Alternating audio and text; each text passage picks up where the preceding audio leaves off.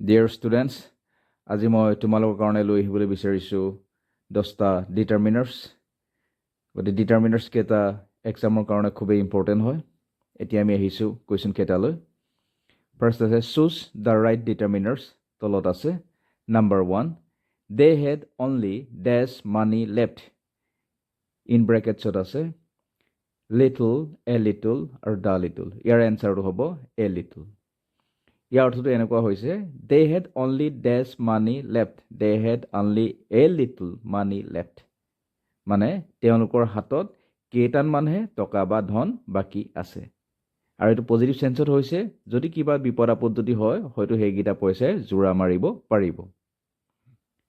তাৰপিছত ওলাই আহিছোঁ দ্য টিচাৰ হেজ গিভেন আছ ডেছ ইউজফুল এডভাইচ। ডিটাৰমিনাৰ্ছ কেইটা আছে মেনি, ফিউ, মাছ। ইয়াৰ এনচাৰটো হ'ব মাছ। দ্য টিচাৰ হেজ গিভেন আছ মাছ ইউজফুল এডভাইচ। আমি মাছটো কেলৈ লিখিছোঁ? এডভাইচ যিটো নাউন দেখিছোঁ সেইটো হৈছে আনকাউণ্টেবল নাউন। গতিকে আমি জানো যে আনকাউণ্টেবল নাউন বেছি বুজাবলৈ হ'লে যেনে ৱাটাৰ, চুগাৰ বেছি বুজাবলৈ হ'লে আমি মাছ ইউজ কৰোঁ, মেনি ইউজ নকৰোঁ। সেইকাৰণে হ'ব দ্য টিচাৰ হেজ গিভেন আছ মাছ ইউজফুল এডভাইচ। অৰ্থাৎ শিক্ষকজনে আমাক বহুতো দৰকাৰী বা উপকাৰী উপদেশ বা পৰামৰ্শ দিছে। ইয়াৰ পিছত ওলাই আহিছোঁ Switzerland is dash European country. Determiners আছে এ এণ্ড দ্য আৰু ইয়াৰ এনচাৰটো হ'ব a. Switzerland is a European country. ইয়াত যিটো ইউৰোপিয়ান আছে তাত যিটো ভাৱেল চাউণ্ড আছে ইউ লং হোৱাৰ কাৰণে, ভাৱেল চাউণ্ড লং হোৱাৰ কাৰণে আমি ইয়াত এ ব্যৱহাৰ কৰিছোঁ। অৰ্থাৎ ছুইজাৰলেণ্ড এখন ইউৰোপীয় দেশ। ইয়াৰ পিছত ওলাই আহিছোঁ we will stay here for dash while, little, a little, the little.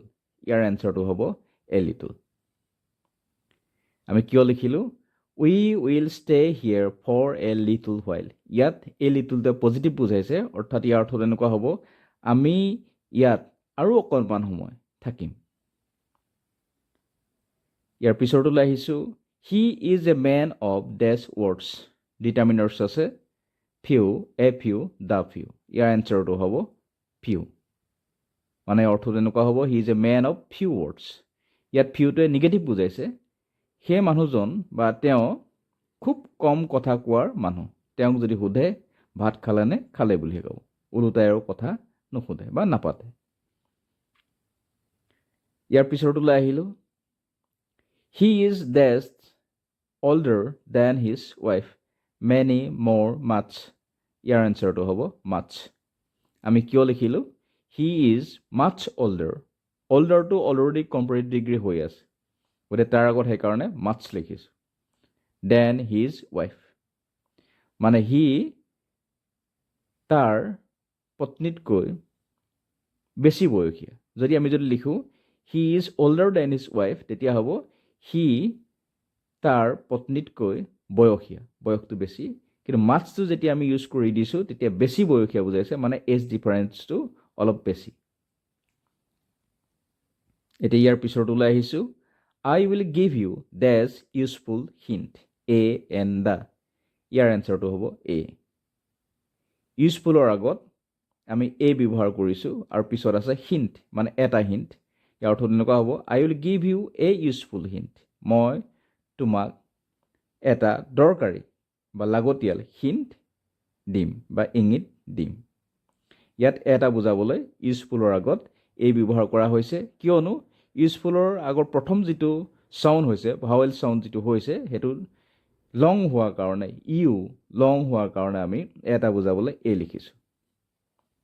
ইয়াৰ পিছত ওলাই আহিছোঁ can you help me with dash money, little, a little, the little. ইয়াৰ এনচাৰটো হ'ব এ লিটল।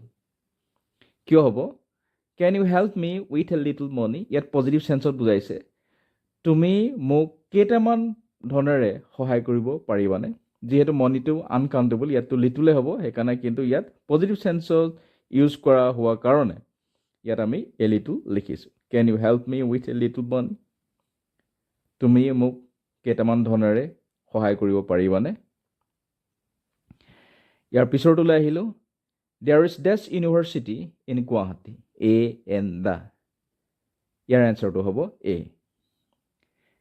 আমি ইয়াত দেখিছোঁ ইউনিভাৰ্চিটি হোৱাৰ লগে লগে ইউ যিটো ভাৱেল চাউণ্ড হৈছে ইউ লং হোৱাৰ কাৰণে আমি এটা বুজাবলৈ A ব্যৱহাৰ কৰিছোঁ মানে there is a university in Guwahati গুৱাহাটীত এখন বিশ্ববিদ্যালয় আছে একেবাৰে শেষৰটোলৈ আহিছোঁ don't hate dash poor determiners আছে a and the year answer হ'ব দা মানে ডোণ্ট হেট দা প'ৰ মানে দুখীয়া মানুহখিনিক ঘৃণা নকৰিবা বেয়া নাপাবা বা ঘৃণা অৱজ্ঞা নকৰিবা ডোণ্ট হেট দা প'ৰ ইয়াত গোটেই দুখীয়া মানুহখিনিক বুজোৱা হৈছে সেইকাৰণে তাৰ পাছত আৰু পিপুল লিখাৰ প্ৰয়োজন নাই যেনেকৈ the rich the poor the brave তেনেকৈ লিখা হয় গোটেই মানে পৃথিৱীত যিমানখিনি মানুহ আছে সেই গোটেই মানুহকে যিখিনি দুখীয়া মানুহ আছে সেই সমস্ত দুখীয়া মানুহকে জাতি হিচাপে দেখুওৱাৰ কাৰণে তাৰ আগত আমি ডেফিনিট আৰ্টিকুল বা ইয়াত ডিটাৰমিনাৰ বুলি কোৱা হৈছে ডেফিনিট আৰ্টিকুল দা ব্যৱহাৰ কৰা হয় ইয়াত সেইকাৰণে হৈছে ডোণ্ট হেট দ্য প'ৰ